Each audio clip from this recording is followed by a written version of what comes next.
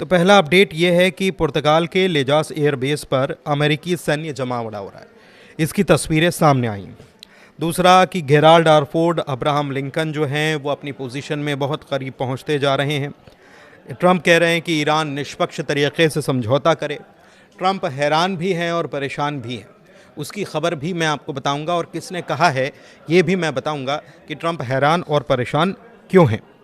इधर ईरानी डिप्लोमेट ने दावा किया है कि संवर्धित यूरेनियम एनरिच किया गया है वो ईरान से किसी कीमत पर बाहर नहीं जाने दिया जाएगा, हम उसको बाहर नहीं करने वाले। ठीक है। इसके अलावा खबर ये भी बताई जा रही है कि ईरान में एक तरफ तो 24 से 48 घंटे में एक अटैक अमेरिका कर सकता है, ये खबरें चल रही हैं। इस बीच ईरान में कुछ प्रदर्शन भी हो रहे हैं और ये प्रदर्शन छात्रों के द्वारा हो रहे हैं और सरकार विरोधी प्रदर्शन इन्हें कहा जा रहा है कि सरकार के खिलाफ यहाँ पर आवाज़ बुलंद हो गई है। अब ये प्रदर्शन किसके द्वारा और किस प्रायोजित हैं इसको बताने की ज़रूरत नहीं है। स्टेट ऑफ होर्मुज़ में ईरान ने एक मिसाइल ड्रिल की है, ये एक बड़ी खबर है। इसके अलावा ईरान अमेरिकी हमले का काउंटडाउन शुरू हो रहा है, लेकिन इस बीच अवाक्स जो प्लेन्स हैं उनका जमावड़ा भी अमेरिका की तरफ से किया जा रहा है और अमेरिका के टोटल अवाक्स प्लेन जो हैं उनका आप ये समझिए कि 1/3 जो हिस्सा है वो तैनात कर दिया गया मिडिल ईस्ट में, ऐसी रिपोर्ट्स हैं। इसके अलावा नेटो कंट्री जो हैं, मतलब नेटो देश जो हैं वो पीछे हट रहे हैं अमेरिका का साथ देने से। मतलब वो कह रहे हैं कि हम आपको अपने सैन्य अड्डे इस्तेमाल नहीं करने देंगे।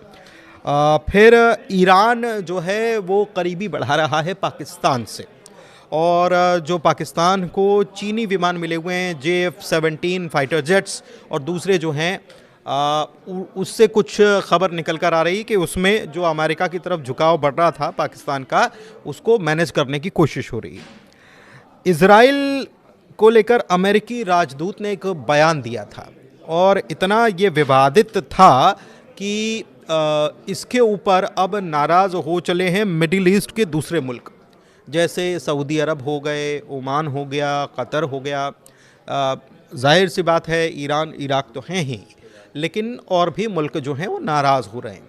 क्या बयान दिया गया मिडिल ईस्ट को लेकर इज़राइल के अंदर अमेरिकी राजदूत ने, ये भी एक बड़ी अहम खबर है।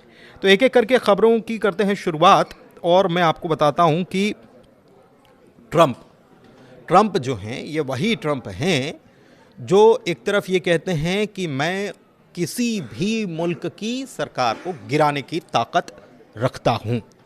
तो कितना दम्भ है इन बातों में, इसको समझा जा सकता है।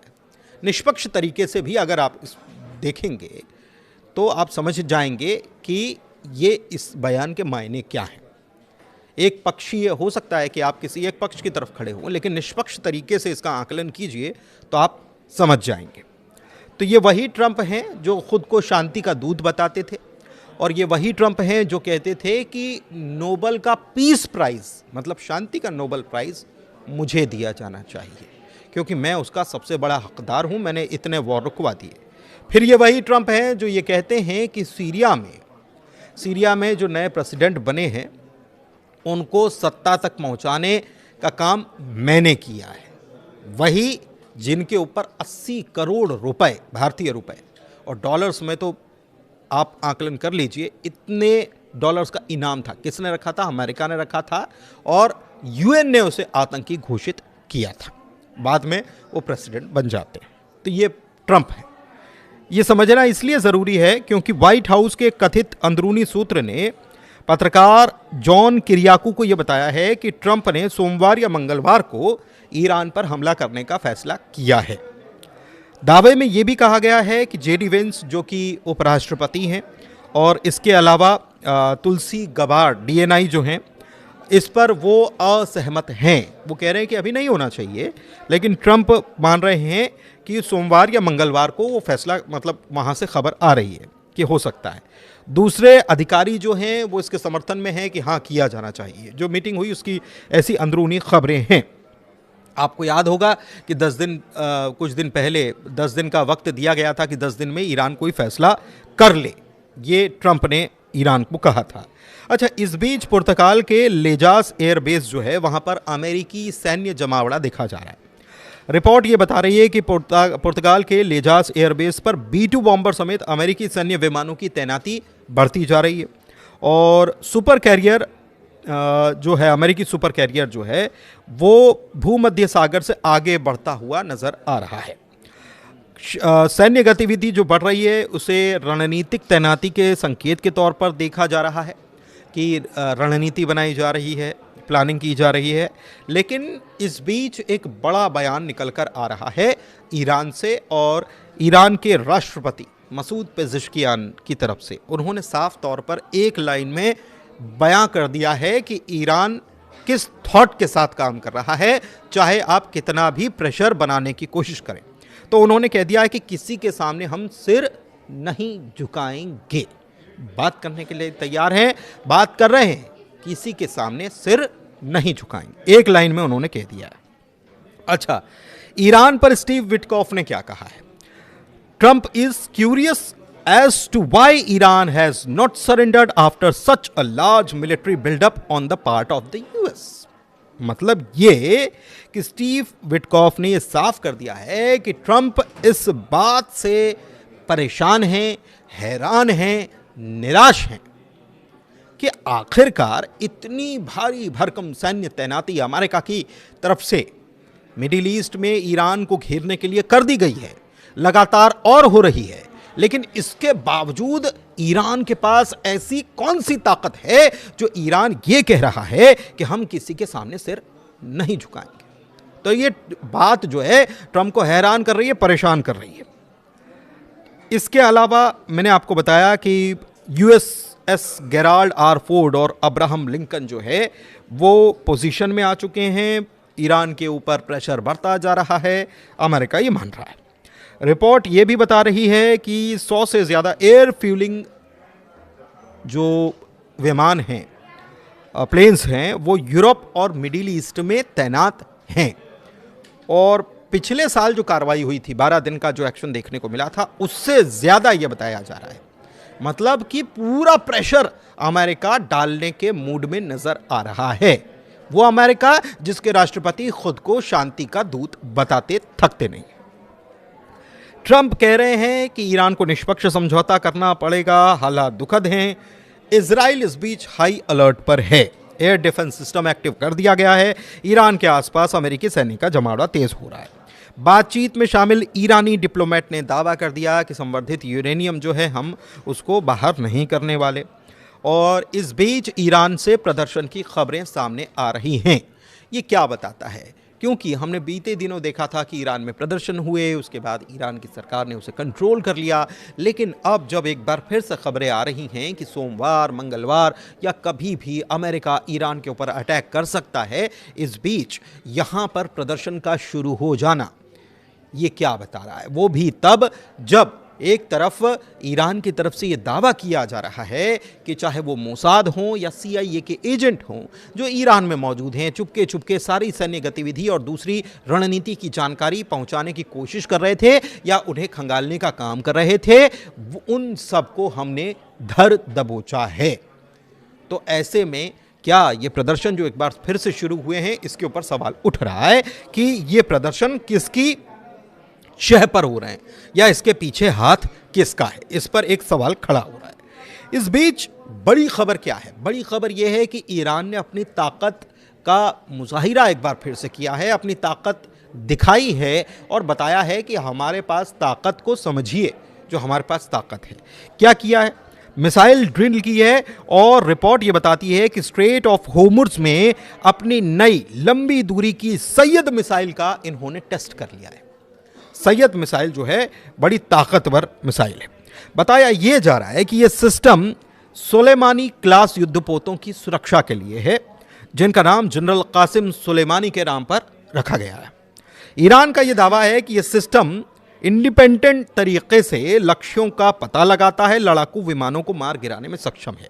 मतलब यह कि सिस्टम लगा दिया, अगर अटैक होता है तो यह पहचान लेगा कि थ्रेट कहां से है, उसको अपने आप छूट जाएगा और जाकर उसको तबाह करने का काम करेगा।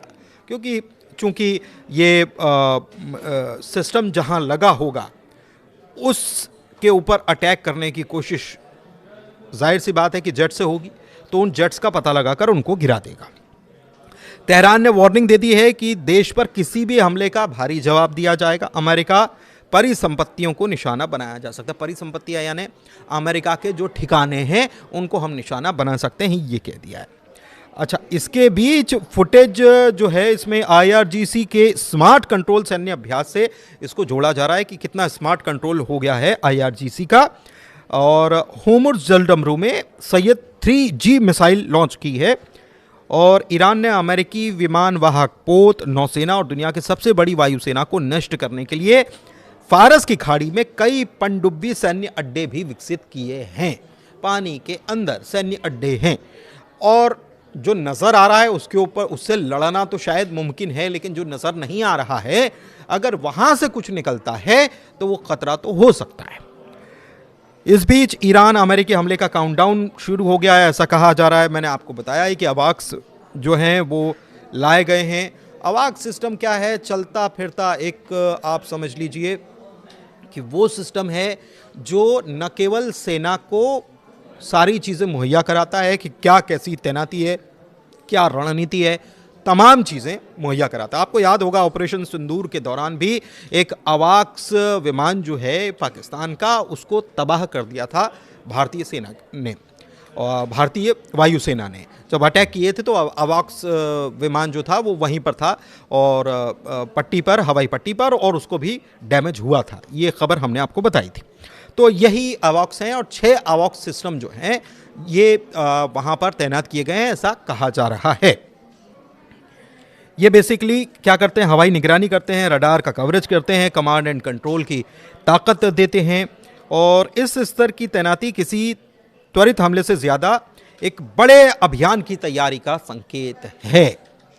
मतलब ये कि कोई तुरंत अटैक हो ऐसा नहीं, बल्कि अवॉक्स सिस्टम लगाने का मकसद ये है, जो जानकार कहते हैं कि ये बड़े दिनों तक, और ये पहले भी खबर आई कि काफ़ी एक लंबा चलने वाला सैन्य अभियान जो है इसकी तैयारी अमेरिका कर रहा है। उसको मालूम है कि ईरान की ताकत क्या है, तो वो उसको लग रहा है कि 2-4 दिन 5 दिन वाला मामला नहीं है या 10 दिन वाला मामला नहीं है, लंबा चल सकता है, उसकी तैयारी कर ली है।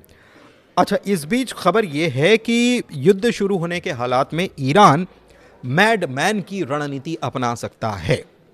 अब मैड मैन ये जो है, ये टैक्टिक्स जो है, ये ख़ासकर युद्ध के दौरान अपनाई जाती है। कैसे अपनाई जाती है इसको आप समझिए, इसका नाम ही समझ लीजिए, मैड मैन मतलब पागल व्यक्ति, और वो फिर किसी को नहीं छोड़ता। ईरान पहले ही इस बात के लिए समझाइश दे चुका है, संकेत दे चुका है कि अगर हम पर अटैक होता है तो इस बात का ख्याल रखिएगा कि ये रीजनल वॉर में तब्दील हो सकता है। ईरान ने ये पहले ही समझाइश दे रखी है, इसको धमकी भी कह सकते हैं, इसको वार्निंग भी कह सकते हैं, चेतावनी भी कह सकते हैं, जो आप चाहें कह सकते हैं, लेकिन ईरान ने ये कह दिया है। तो ऐसे में मैड मैन की रणनीति कहा जा रहा है कि अपनाई जा सकती है।